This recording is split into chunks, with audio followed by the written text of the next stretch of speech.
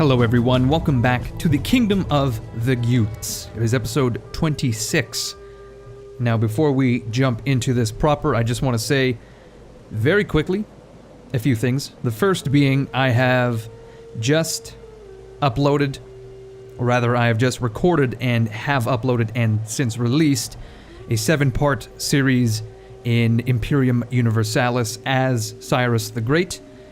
That is Cyrus II, King of Kings, King of the Achaemenid Persians. Now, this is a 7-part series, and that is basically all I intended that series to be, but if you have not checked it out, and that sounds like that is up your alley, I suggest you do so. Also, I have yet to edit Londinium to be the capital, so at the moment 2S is still the capital, but I just have not gone in and edited the save file yet. It's a bit of busy work, basically. I just need to cross-check a bunch of numbers in a database behind the scenes. Well, that's a really poor way of explaining it, but basically it's just something I've been putting off. Anyway, back to the task at hand. Now, a few things have happened. First and foremost, we have built the pastures in Lindum. There they are. And that has resolved our food shortage. We have also built some trade jetties in Camulodunum, which is most excellent. We have increased our Imperium. We are now intimidating. We're at the lower threshold of being intimidating. You know, it's like we've practiced our war face, and it's just on the cusp. Like 50% of people would laugh at you, and the other 50% would be like, "Holy shit, this guy's kind of crazy." You know, like it's at that level. That's where we are now. Not only that, Ivar has gained another ambitious magistrate. That is currently the retainer he has at the moment, so I think I want to give the ambitious magistrate to perhaps... is this Gutrek? Gotrek. Yeah, he is the governor of Britannia Inferior. We are currently having small public order issues within the province. As you can see, we only have a surplus of 2 points, so I figure we ought to bring this guy in. He can, you know, do some paperwork, shuffle some shit around, and please the people whilst also reducing like shit in the streets. Like, he's such a good administrator, he's able to sort out the sewage system, much like Tyrion Lannister. Unfortunately, that is going to significantly impact our religious influence. Although we have just had Hedingunir, she gained a rank, as did the other one, Gritha.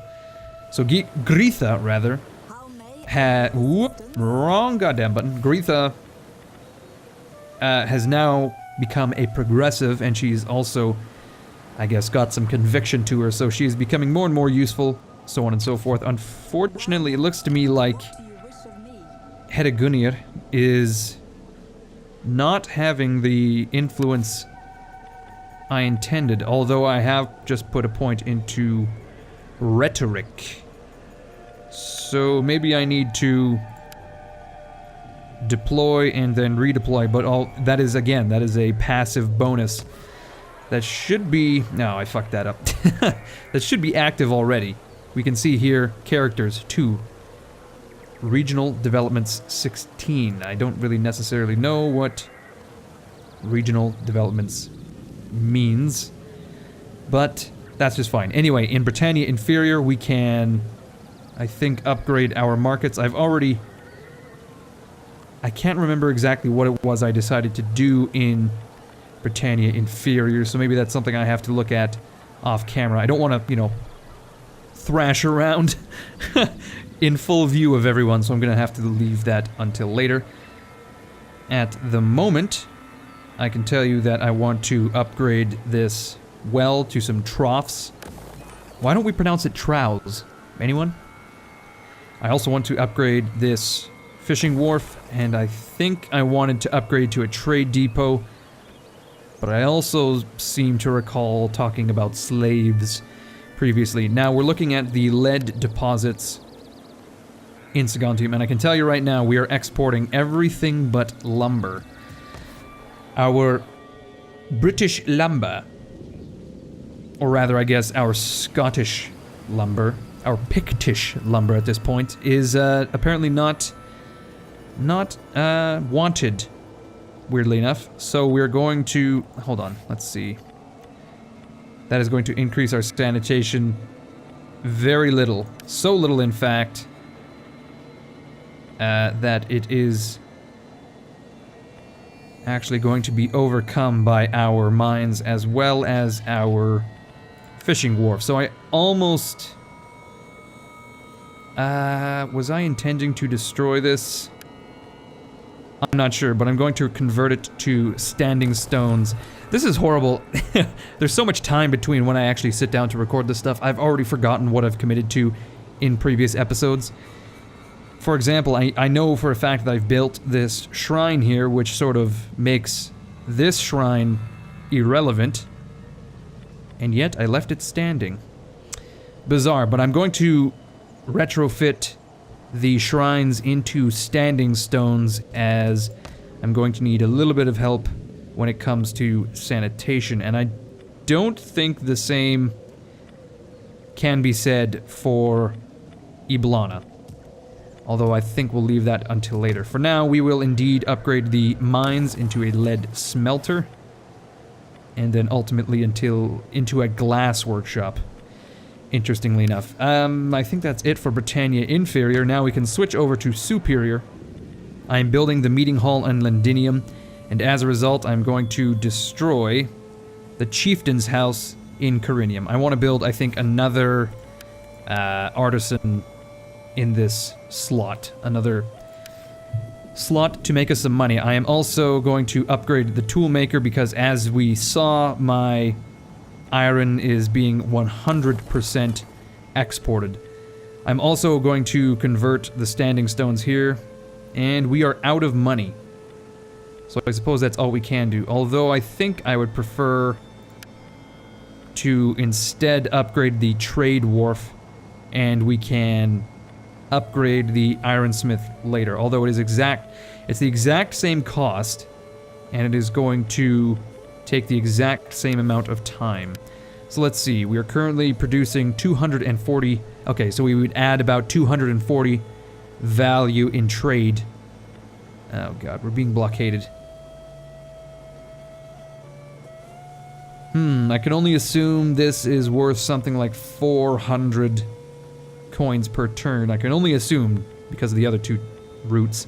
Anyway, yeah, I would rather build the wharf first.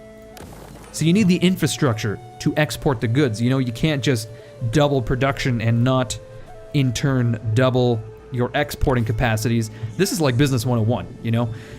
We're going to move the Flotti af Humbli up to the port of Iblana, which is being retrofitted as we speak, and we'll finish next turn. Where the fuck is he? There he is. Da-da-da-da-da, because the Jutish General Sumarlidir is just chilling outside of Iblana. Now, as I said, we are being blockaded because Carthago Nova, currently under siege by the Legio 7 Martia. Now, there's not much we can do about that.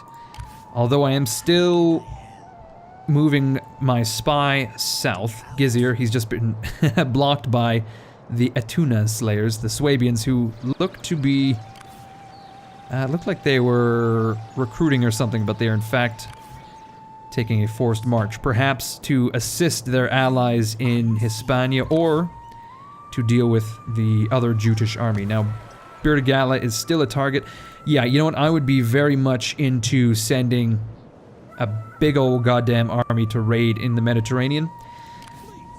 Once Humbli is finished here, we can maybe head over to the peninsula and raid up there. You know what? I could almost build a third fleet with the amount of money we're raking in. Because this is incredibly lucrative alone. I think we're making like 600, 700 gold just by raiding the Swabians and pissing them the hell off. Some decisions to be made. Also, something to mention very briefly. We have also researched Mastery of Terrain, which, if you recall, replaces some of our units, and I have to say, I am not thrilled. So it has upgraded both our spearmen, the Nordic and Thrall spearmen, and basically at this point they're almost interchangeable. The cost difference has been entirely eliminated. The only difference here now is that the Nordic spearmen are much more heavily armored. They have more health, a little bit more morale, less speed, and I think everything else is essentially the same. So I suppose the idea is the Nordic spearmen are supposed to form your main line, and the lighter armored Thrall spearmen, who also have missiles, precursors, they're intended to, I don't know, hold the flanks or something. They're supposed to chase down cavalry, I don't know. And then, speaking of cavalry, our Nordic mounted raiders have been upgraded, and their upkeep has now doubled. And, the stats do not show any... I mean, the armor is somewhat better. The attack and damage, they're the same. Charge bonus, the same. Defense, the same. A little bit slower. And they've gone from very light melee cavalry to light melee cavalry. I am not impressed. I really am not. I'm going to keep all of the cavalry I currently have, which is only it's only 4 units. But basically, I see no use in doubling the cost of my cavalry for what is essentially like a cosmetic upgrade. So incredibly stupid, but anyway, we still need to pick another tech. So we are going to finish tolls and customs. There we are. Alright, when we come back from this turn, we will check in on our Jutish friend. I think we still have another spy, actually, who is currently just outside Alibu. Alibu... oh, we've already looked at this, I've just remembered. Alibu is hardly defended.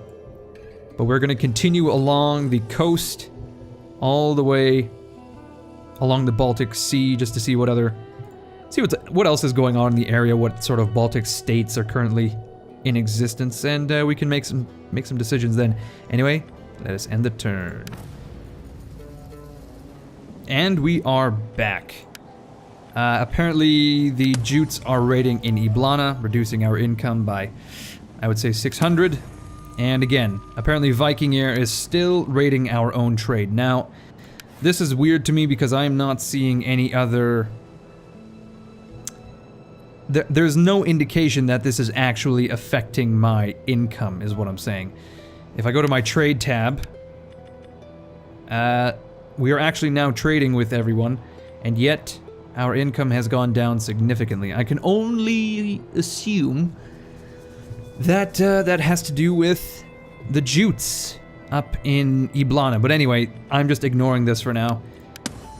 We've destroyed the chieftain's house. He's not very pleased. His wife is out on the street and everything. It's an entirely messy situation, and it could have been avoided if only there was some sort of like forward thinking there. Okay, so we've destroyed the chieftain's house. I want to build an artisan, although our current sanitation is at 1. Once I build this, we're going to be negative. Once I build another artisan, we are going to be even more so. So let's upgrade to troughs, and then we can build something that's not so hard on the environment. Something like a carpenter's guild, like a wood carver. That may be good in Britannia Superior, so we can build some siege equipment. We can recruit archers within our capital region. That would be pretty good, although the income... not ideal, really. Perhaps the basket weavers would be better instead. That can reinforce the income from my trade wharf, and then of course the income generated by the weaver itself will be reinforced by the tool maker, which I think in turn is going to be reinforced by the The markets, the slave markets, we eventually build in town. So that would be alright. I would be into that. It's possible if we have a slot free somewhere else, we can build the old Woodcarvers Guild. Or rather, the Carpenters Guild, as I had mentioned. Now, we're going to put a bit of money into something. I'm not entirely sure that I want to put it there just quite yet. Okay, let's see. So, Samarlidir has now begun raiding outside of Yablana. I'm going to move the Hariatsov Sigur across the sea here so that he can, oh god, no, garrison Yablana. There he goes.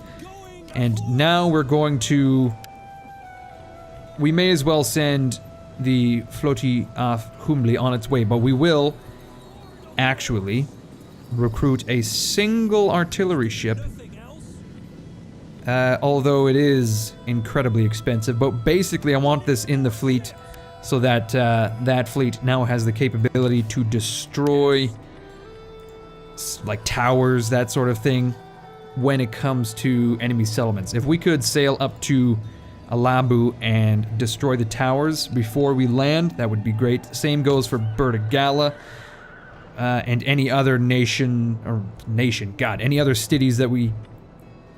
I'm just going to take a moment. I just said nation, I said cities. Sorry, I'm thinking about titties, I guess. There's no explanation. Just any other cities that we may come across in the Mediterranean. Now, I just spent that money to recruit the artillery ship, and that has put the buildings that I wanted to build out of reach, aside from upgrading the jetties in Yablana even further. Currently 6 sanitation due to our eager administrator, or whatever the hell it was, ambitious manager, manager of the year, who knows, Mr. Manager, oh gosh. Okay, there we go, we finally have achieved religious influence, and now our public order is going to fucking skyrocket! Although it seems that we're not getting as much public order as I had anticipated. We only have a surplus of 4 points, which is less than I had imagined. And it looks to me like the cost of converting is indeed slowly dropping with religious conversion, so that's something we can look forward to.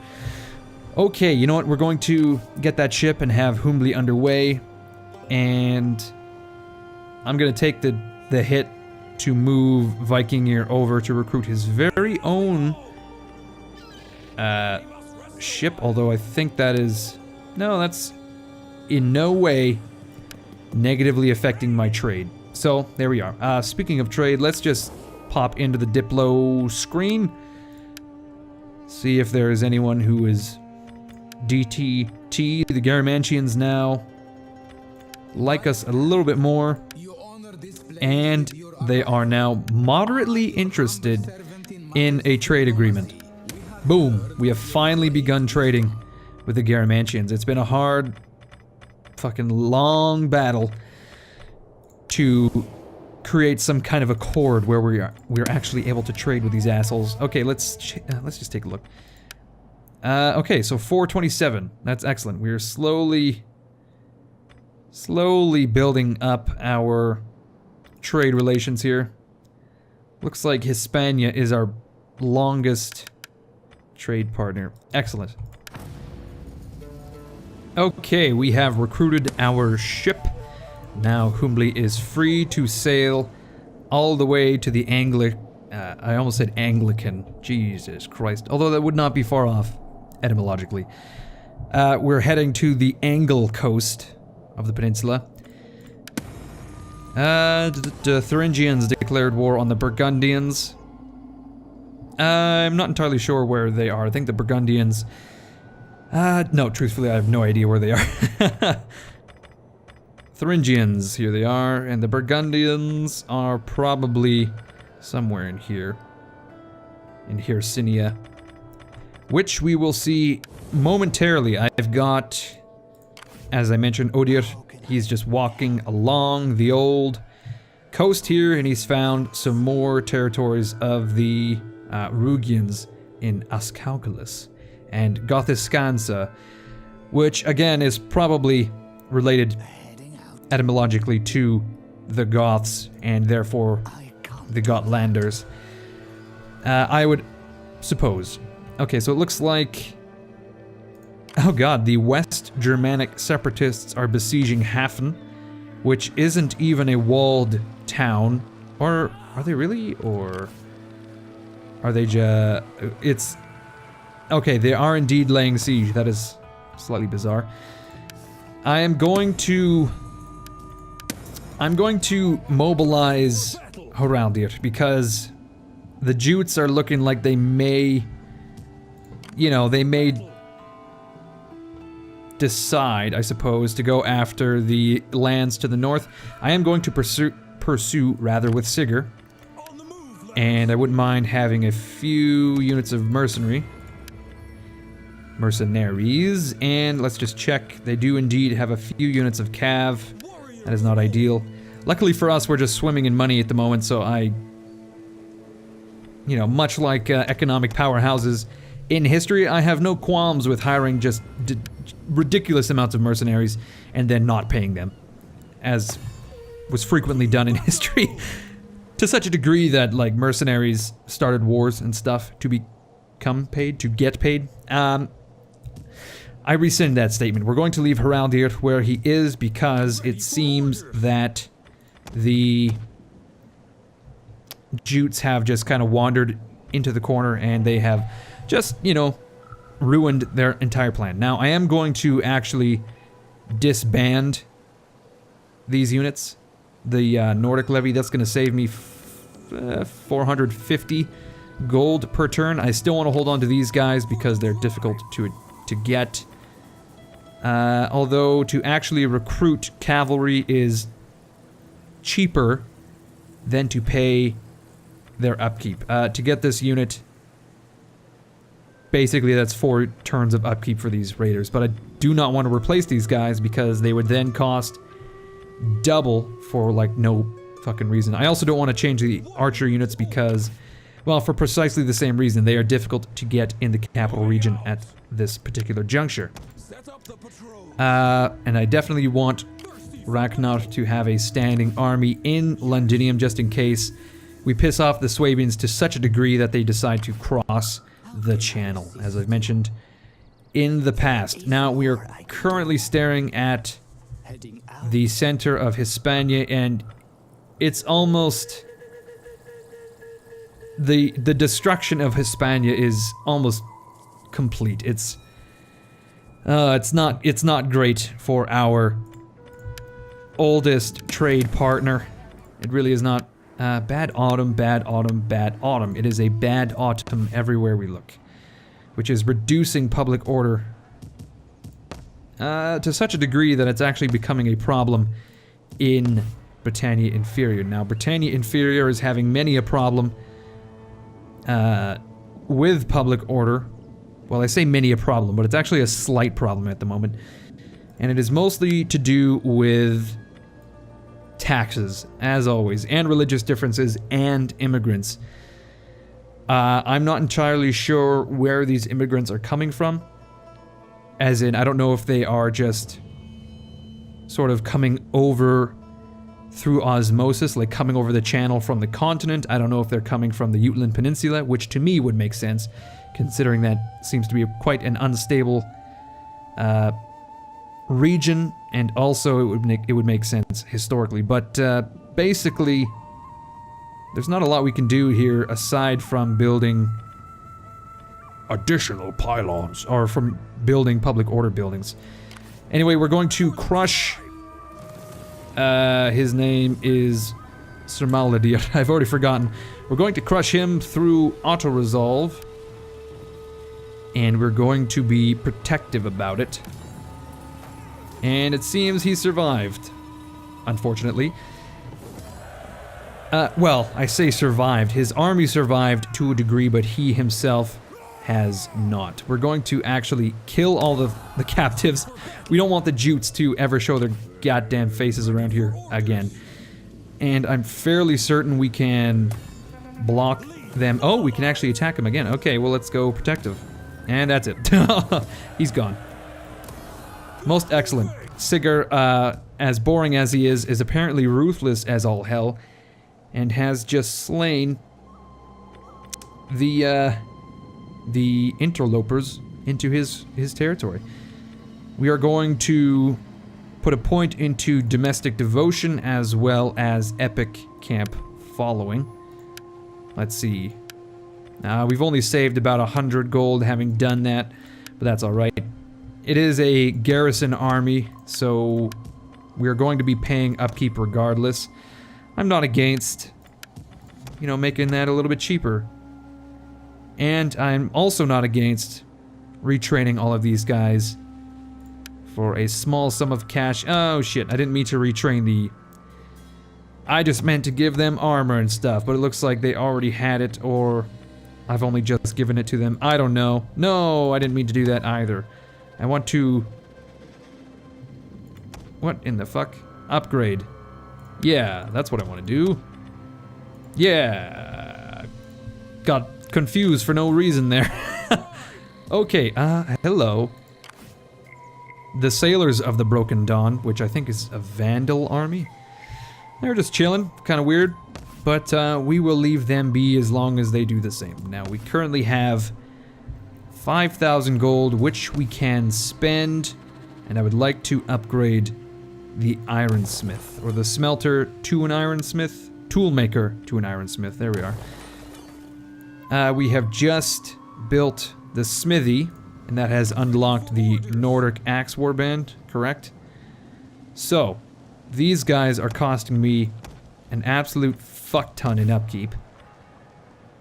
And if I look at Londinium, we actually have 0 garrison. Okay, well, I'm going to have to leave that standing army as is. My initial thought was that I wanted to have those men stand down because they were costing a lot of gold, but unfortunately I have no one to defend the walls in that worst of cases, that being the Swabians crossing the channel and attacking me in a sort of like a surprise attack. That would be horrible. Let's see. Humbly is going to arrive in 3 turns. I think that's essentially it for this episode. Thank you everyone for watching. When we come back, we will probably sail into the ports, into the harbor of Alabu, and we will manually raid the ever-loving shit out of there. And I'm thinking that once we get... In fact, since this is Viking Ear's army, we're going to get 2 artillery ships, and we currently have an uneven number of marauders, so I'm going to get an additional 3 ships, and we're going to sail for Bertigala. We are, what, like 3 turns away? If that. 2 turns to get there, a 3rd turn to attack it, it looked like. So we will be doing that next episode as well. We can do without the raiding income, but once he's sacked that city, we'll see what the outcome is like, and depending on that, we will either head into the Mediterranean or we will return to raid the trade. Although, having said that, once Humbly is done in Alabu, I'm not entirely sure what he's going to do. I'm checking for targets in the Baltic Sea, but I feel as if there's probably none in there. So this is my current thought. We'll send Viking Ear into the Mediterranean. Humbly can resume the raiding of Swabian trade. Although I can see they're getting a little sly here, building their own ships.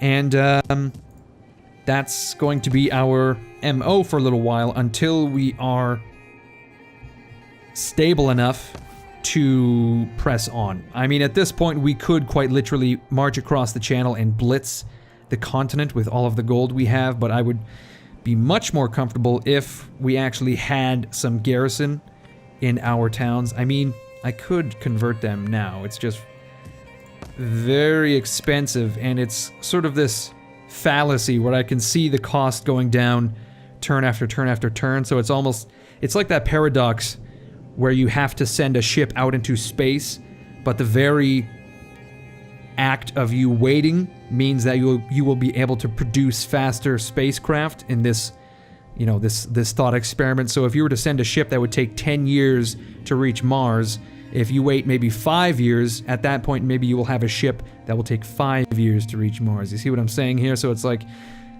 it's this weird paradox, and that's where I'm at right now, is that I know for a fact we can afford to convert these towns, but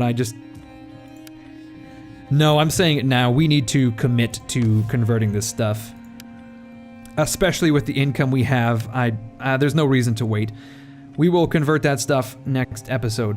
Anyway, you guys, as always, my name is Incoherence. You guys are fucking awesome. Oh, if you're interested in the Achaemenid Persian Empire, if you're interested in Europa Universalis 4, please check out my new series playing a fledgling Persia. Basically, we are a satrap under the Median Persians when we begin. It's only 7 episodes, shouldn't be too long. But anyway, please check that out. As always, my name is Incoherence. You guys are fucking awesome, and I will see you all later.